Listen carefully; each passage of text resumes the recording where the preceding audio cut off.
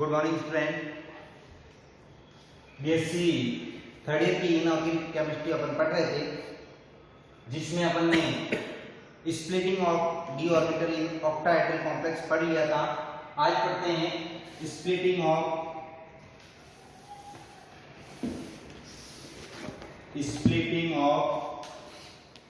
D orbital इन tetrahedral complex. Tetrahedral complex में इस प्रकार से डी ऑर्बिटल की स्प्लिटिंग होती है। टेट्राहेड्रल कॉम्प्लेक्स जो होता है उसमें डी ऑर्बिटल की स्प्लिटिंग ऑक्टाहेड्रल के ऑपोजिट होती है। मतलब जो 5 डी ऑर्बिटल है ये डीजेनरेट ऑर्बिटल है, degenerate D orbital of metal in free state. स्वतंत्र अवस्था के अंदर 5 डी ऑर्बिटल की एनर्जी कैसी होती है? एक जैसी होती है।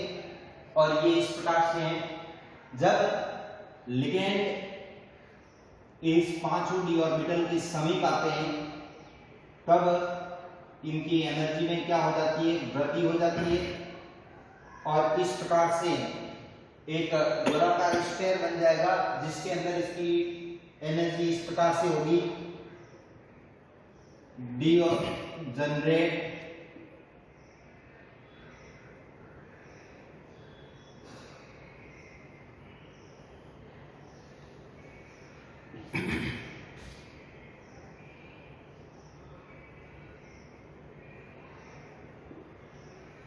डी ऑर्बिटल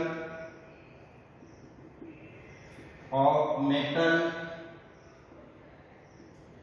इन स्फेरिकल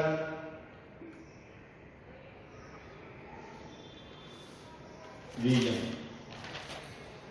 जब लिगेंड पूर्ण रूप से इससे जुड़ जाएंगे तो उस कंडीशन में क्या होगा? ये दो भागों के अंदर डिवाइड हो जाएगा। एक 3 ऑर्बिटल जो होंगे, ये 3 ऑर्बिटल कौन कौन से? एक है डी एक्स वाई, एक है डी वाई जेड और एक है डी एक्स जेड। ये 3 ऑर्बिटल जिसको क्या कहते हैं? 3 ऑर्बिटल के समूह को क्या कहते हैं? T2G। ये T2G ऑर्बिटल है, इनकी ऊर्जा में क्या हो जाती है? वृद्धि हो जाती है। जबकि दो ऑर्बिटल, ये 2 ऑर्बिटल है, एक जो ऑर्बिटल है वो कौन सा है? डी जेड स्क्वायर, और एक कौन सा है? D x square minus y square. ये जो 2 ऑर्बिटल है, इन 2 ऑर्बिटल की ऊर्जा में क्या आ जाती है? कमी आ जाती है। और इन 2 ऑर्बिटल के समूह को क्या कहते हैं? Eg ऑर्बिटल के नाम से जाना जाता है। अब देखो ये T2G और ये Eg जो ऑर्बिटल हैं, इन ऑर्बिटल में जो वृद्धि हो रही है, T2G ऑर्बिटल की एनर्जी बढ़ रही है और Eg की एनर्जी क्या हो रही है? कम हो रही है। तो ये जो टोटल एनर्जी में परिवर्तन है वो टोटल एनर्जी में परिवर्तन शून्य रहता है। मतलब इनकी टोटल एनर्जी किसके बराबर होगी? इन 5 ऑर्बिटल की टोटल एनर्जी के बराबर ही होती है। अब ये जो एनर्जी में डिफरेंस होता है, इन एनर्जी में जो अंतर है जिसको किससे दर्शाते हैं? डेल टी से दर्शाते हैं, splitting energy of tetrahedral complex.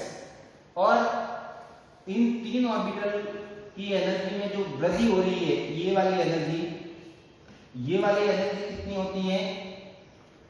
Plus 0.4 del t. कितनी होती है?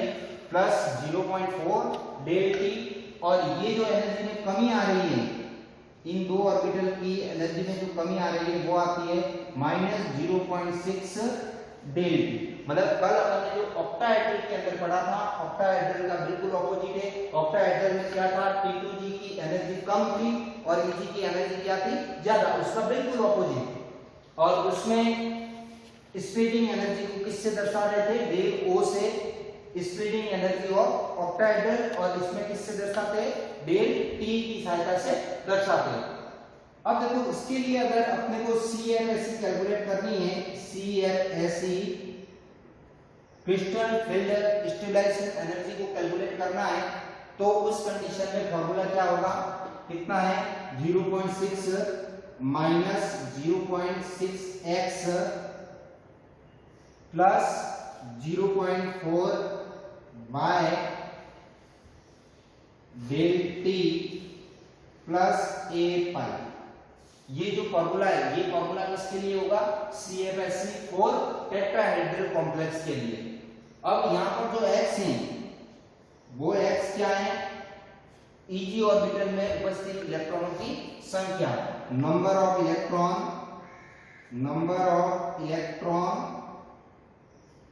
इन Eg ऑर्बिटल। और y क्या है? y इस T2g ऑर्बिटल में उपस्थित इलेक्ट्रॉनों की संख्या, number of electron in T2g orbital. T2g orbital में उपस्थित इलेक्ट्रॉनों की संख्या। पाई क्या है?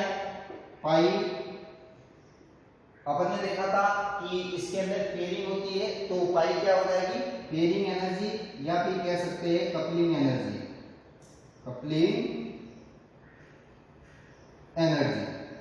और ए क्या है? नंबर ऑफ पेयरिंग इलेक्ट्रॉन, कितने ऑर्बिटल के अंदर पेयर हो रहा है उन इलेक्ट्रॉनों की संख्या। और इस फॉर्मूले की सहायता से क्या कर सकते हैं अपन?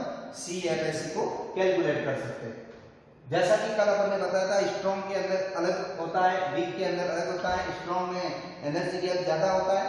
एनर्जी गैप ज्यादा होगा तो क्या होगा? ये ऑर्बिटल पहले भरेंगे, पहला इसमें, दूसरा इसमें, तीसरा इसमें, चौथा भी इसमें ही जाएगा, फिर पांचवा, छठा, सातवां, आठवां, नवा और 10वां इस प्रकार से होगा।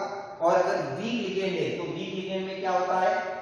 एनर्जी गैप कम होता है, और एनर्जी गैप कम होने की वजह से पहला, दूसरा, तीसरा फिर किसमें जाएगा? T2g में, तीसरा, चौथा, पांचवा, फिर छठा वापस इसमें, सातवां इसमें, आठवां, नवा और 10वां। इस प्रकार से क्या लिखेंगे? अपना इसका इलेक्ट्रॉनिक विन्यास में लिख लेंगे, और CFSC का मान भी नेक्स्ट वीडियो के अंदर अपन कैलकुलेट करेंगे। Thank you.